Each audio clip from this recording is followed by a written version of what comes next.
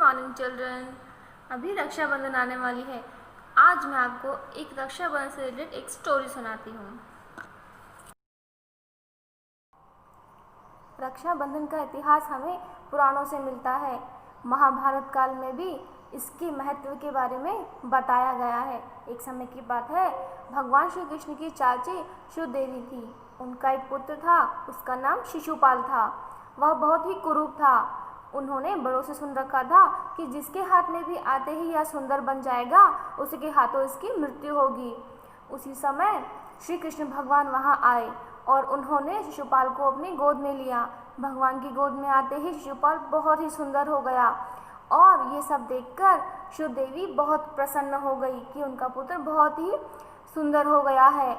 और दूसरे ही पल उनके मन में विचार आया कि अब श्री कृष्ण के हाथों ही इसकी मृत्यु होगी। यह सब देखकर वह बहुत ही दुखी हो गई और उन्होंने यह सब श्री कृष्ण भगवान को बताया और उनसे वचन लिया कि तुम मेरे पुत्र को नहीं मारोगे।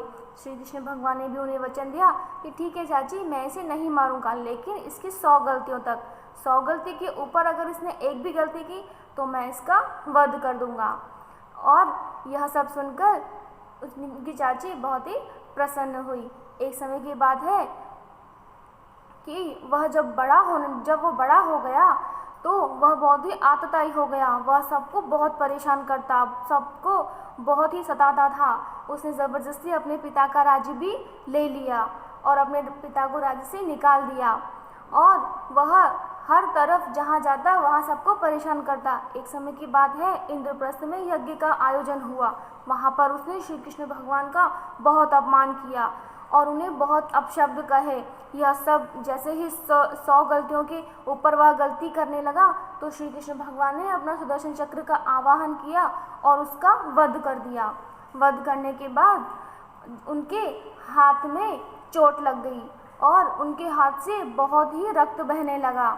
यह सब देखकर सब लोग यहाँ वहाँ दौड़ने लगे और उसी वक्त द्रौपदी ने आओ देखा न ताओ और अपनी साड़ी का पल्लू फाड़ा और कृष्ण भगवान की उंगली में बांध दिया और इस तरह से उनका रक्त रुक गया। श्री कृष्ण भगवान ने द्रौपदी से कहा कि द्रौपदी, आज से मैं तुम्हारा ऋणी हो गया हूँ। अब से मैं तुम्हारी हमेशा रक्षा करूँगा जब भी तुम्हें मेरी ज़रूरत पड़ेगी तब, और अब से तुम मेरी बहन बन गई हो। यह सब देखकर सब लोग बहुत ही प्रसन्न हुए।